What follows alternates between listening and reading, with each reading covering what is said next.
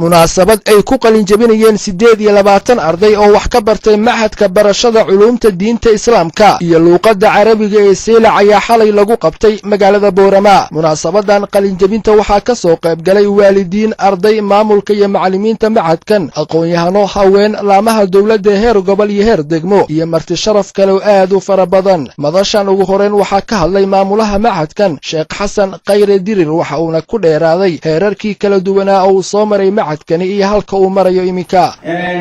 maxadka waxa lagu dhigtaa waan tilmaamay inta la dhigtaa waa 3 sano weey. 3 sano ayaa la qaataa manhaj mutakaamil oo dhammaystiran, weliba duruus mukassafa oo aad iyo aad u tiro badan ayaa la qaataa. waxaa dhiga macallimiin aad u tayo badan oo qiimo badan oo garanaysa mashaariic u baahnay.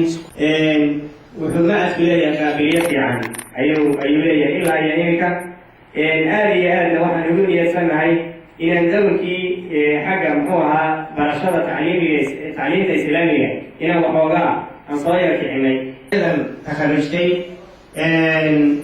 waxa weeyaan waa 28 arday weeye. waxaan jecelahay inay 28 arday istaagaan ay sala joogsadaan. macallimiinta quraanka ee madrasadaha ugu waaweyn ee magaalada haya ayay u badan yihiin. waxayna ahaayeen raggii marka horeba madrasadaha ee masaajidda wax ka baran jiray.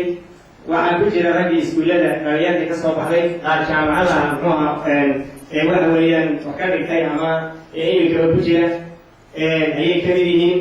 marka waxa weeye waa macallimiintii madrasadaha qur-aanka hayay bay u badan yihiin.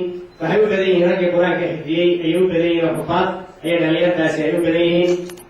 sidoo kale waxaa iyaguna hadallo ka soo jeediyey goobtan xafladdu ay ka dhacaysay mas-uuliyiin tiro badan, kuwaasoo ay ka mid ahaayeen sheekhulbeledka Boorama Sheekh Cabdilaahi Sheekh Cali Jawhar, Professor Xasan Cali Cusmaan, isku-duwaha wasaaradda waxbarashada iyo tacliinta sare ee gobolka Awdal, xogayaha fulinta gobolka Awdal Dr. Cabdilaahi Xuseen Aare, Dr. Maxamed Cali Nageeye iyo Professor Maxamed Xuseen Fariid. waxayna dhammaantood u mahadnaqeen maamulka macallimiinta macadkan, kuwaasoo sheegay inay garab taagan yihiin dadaalka balaaran oo ay wadaan. si kastaba ha ahaatee macadkan oo ah macadka qura ee ku yaala gobolka Awdal ee lagu barto culuumta islaamka iyo luqadda carabiga ayaa waxaa wax ka barta arday kor u dhaafaysa 100, taasoo caddaynaysa sida weyn ee dadka dega goboladan Awdal iyo Salal ay ugu soo jeedaan barashada culuumta diinta islaamka.